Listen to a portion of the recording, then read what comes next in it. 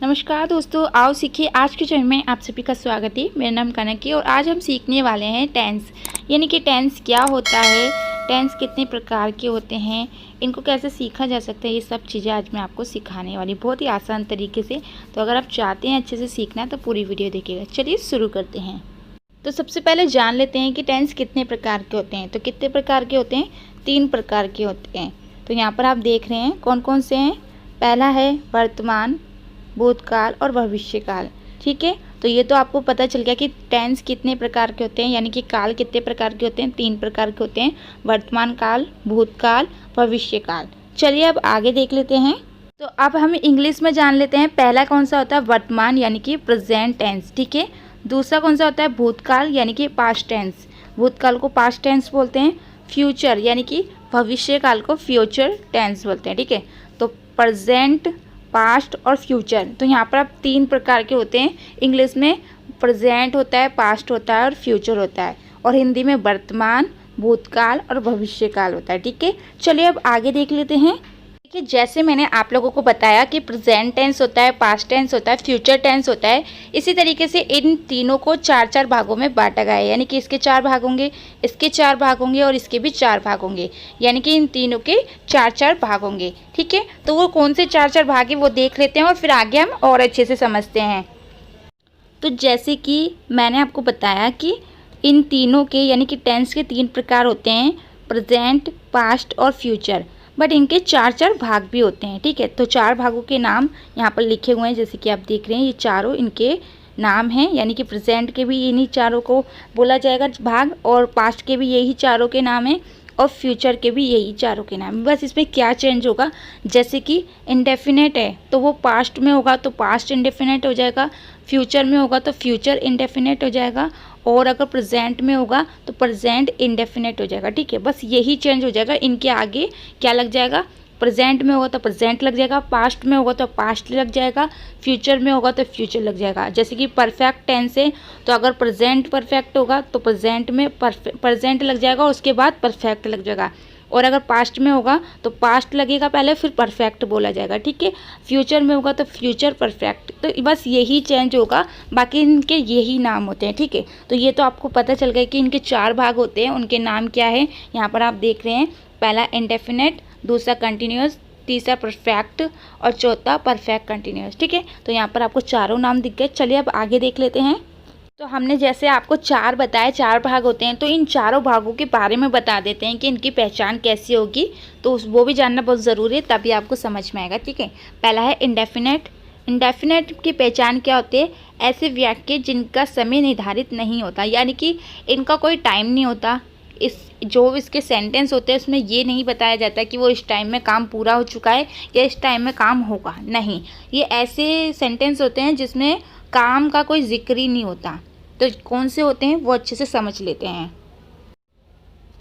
जैसे कि यहाँ पर आप देख रहे हैं, मैं फुटबॉल खेलता हूँ। ठीक है, तो इन्होंने क्या बोला? मैं फुटबॉल खेलता हूँ, पर इसमें ये चीज़ नहीं बताई गई कि ये कब फुटबॉल खेलता है, कितने टाइम तक फुटबॉल खेलेगा।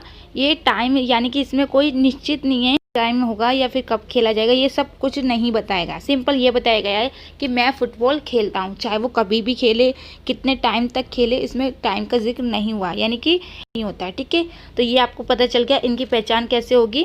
पहला तो इसमें ताहे तीहे होता है, दूसरा इसमें कोई टाइम का जिक्र नहीं होता। ठीक है, चलिए अब आगे देख लेते हैं।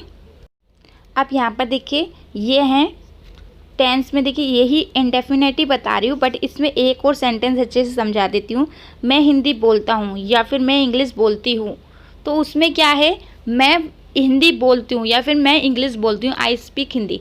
बट इसमें कोई टाइम नहीं दिया गया है कि मैं कब से हिंदी बोल रही हूँ या फिर मैं कब तक इंग्लिश हिंदी बोलूँगी, कुछ नहीं बताएगा। बस ये बोला गया है कि मैं हिंदी बोलती हूँ। तो कहीं पर भी टाइम के बारे में नहीं बताया गया कि कब तक बोलूँगी या फिर कब बोलूँगी, ये सब ये नहीं। सिंपल ये बोला गया है कि मैं ये करती हूँ, यानी कि ता है, ती है, ते हैं बताया गया है। ठीक है, तो आपको समझ में आ गया इसकी पहचान क्या होती है। चलिए अब आगे दूसरा देख लेते हैं। अब यहाँ पर देखिए, कंटिन्यूअस। जैसे कंटिन्यू, देखिए यहाँ पर ई एस को जा पढ़ा जा रहा है, ये भी याद रखिएगा।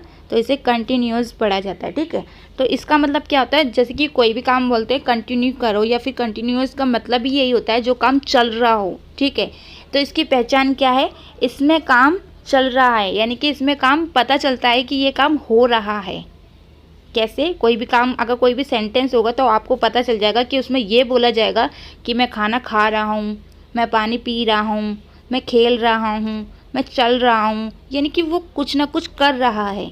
तो इसकी पहचान क्या है, रहा है, रही है, रहे हैं, इससे आपको पहचान हो जाएगी। ठीक है, तो आई एम प्लेइंग फुटबॉल, इसमें ING लगती है रहा के लिए। ठीक है, तो ये भी आपको पता चल गया। तो बहुत ही इजी है इसे समझना, अगर आप ये समझ गए तो आपके लिए बिल्कुल भी हार्ड नहीं होगा। ठीक है, तो यहाँ पर आपको समझ में आ गया। चलिए अब आगे देख लेते हैं। तो चलिए जान लेते हैं तीसरा, यानी कि परफेक्ट टेंस।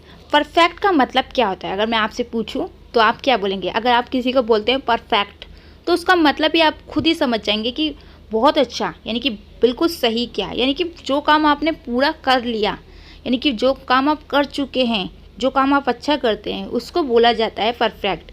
यानी कि उसकी पहचान आपको खुद ही पता चल जाएगी कि ये काम इसने पूरा किया है, इसीलिए इसको परफेक्ट बोला जा रहा है। ठीक है, तो काम पूरा हो चुका है, तो जो काम पूरा हो चुका है उसके लिए परफेक्ट टेंस का यूज़ होता है। जैसे कि मैं फुटबॉल खेल चुका हूँ, मैं खाना बना चुकी हूँ, मैं पढ़ चुकी हूँ, मैं कुछ भी जो कर चुका है उसके लिए परफेक्ट का यूज़ होता है। ठीक है, तो आप कुछ भी पहचान अगर आपको करनी हो तो वही देखिए, उसने वो काम कर चुका है, यानी कि जो काम हम पूरा ख़त्म कर लेते हैं उसके लिए क्या लगता है, परफेक्ट टेंस। ठीक है, तो आपको समझ में आ गया। चलिए अब आगे देख लेते हैं। अब यहाँ पर देखिए परफेक्ट कंटिन्यूस, इसका मतलब क्या होता है। परफेक्ट का मतलब क्या होता है, जो हो चुका है, यानी कि जो काम ख़त्म कर दिया। कंटिन्यूस का मतलब होता है जो चल रहा है, यानी कि इसका मतलब ही यही है कि जो हो भी चुका है और चल भी रहा है।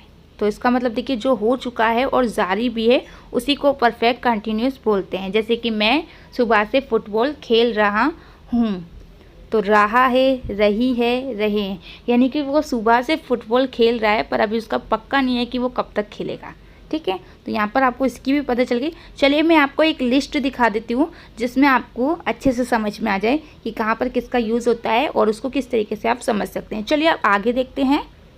तो यहाँ पर देखिए पहचान दे दी गई है कि किसका क्या पहचान होती है। जैसे कि आप देख रहे हैं यहाँ पर ता है, ती है, आ है, ई है, गा है, गी है, किसके लिए होती है, रहा है, यानी कि जो काम हो रहा है।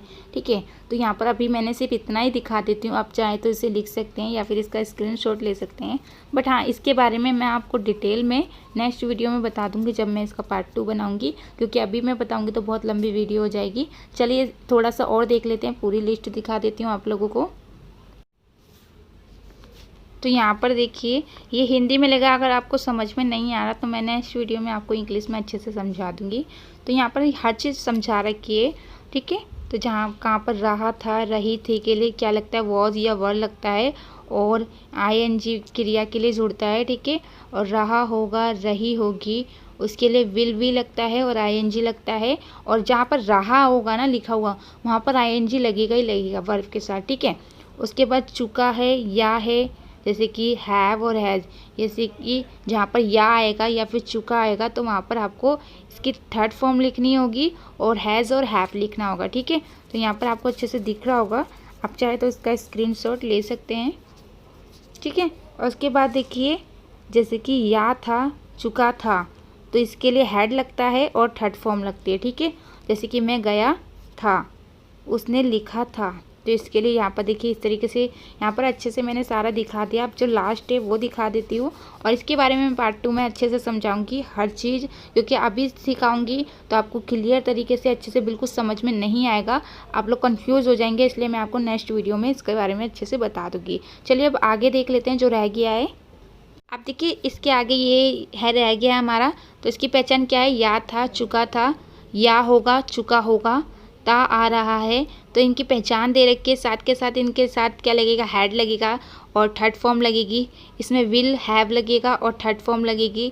इसमें हैव लगेगा, हैज़ बीन लगेगा और ING लगती है। ठीक है, जैसे कि वह सीखता आ रहा है, मैं गया हूँगा, उसने लिखा होगा, वह मैं गया था, उसने लिखा था, तो इस तरीके से हैं। और इसमें गोन, यानी कि यहाँ पर देखिए थर्ड फॉर्म है, तो गो यहाँ पर इसकी थर्ड फॉर्म लिखी गई है गो की, और यहाँ पर भी देखिए थर्ड फॉर्म है तो यहाँ पर भी थर्ड फॉर्म लिखी गई है। तो अगर आप चाहते हैं कि मैं फर्स्ट सेकंड थर्ड फॉर्म के ऊपर भी वीडियो बनाऊं तो जल्दी ही मैं बना दूंगी, जिसमें आपको सारी वर्ड जो भी वर्ड मीनिंग होती है जो आपको टेंस के लिए ज़रूरी होती है वो सारी मैं आपको बना के अच्छे से लिख के दिखा दूंगी। ठीक है, तो आगे हम सीखेंगे इसके पार्ट 2 में। इसको अच्छे से समझाऊंगी। मैं जानती हूँ अभी आपको बिल्कुल अच्छे से नहीं समझ में आया होगा, तो मैं पार्ट 2 में आपको सारी चीज़ें क्लियर तरीके से समझा दूंगी। अभी समझाती तो आप लोग नहीं समझ पाते, क्योंकि एकदम इतना सारा सीखेंगे तो आपको कुछ भी नहीं आएगा।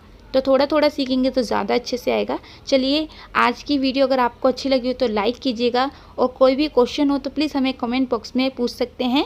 और अगर आपको सीखना है तो आप हमें कोई भी चीज़ जो भी सीखना है वो बता सकते हैं। ठीक है, तो चलिए आज के लिए इतना काफ़ी है, फिर कल दोबारा मिलते हैं।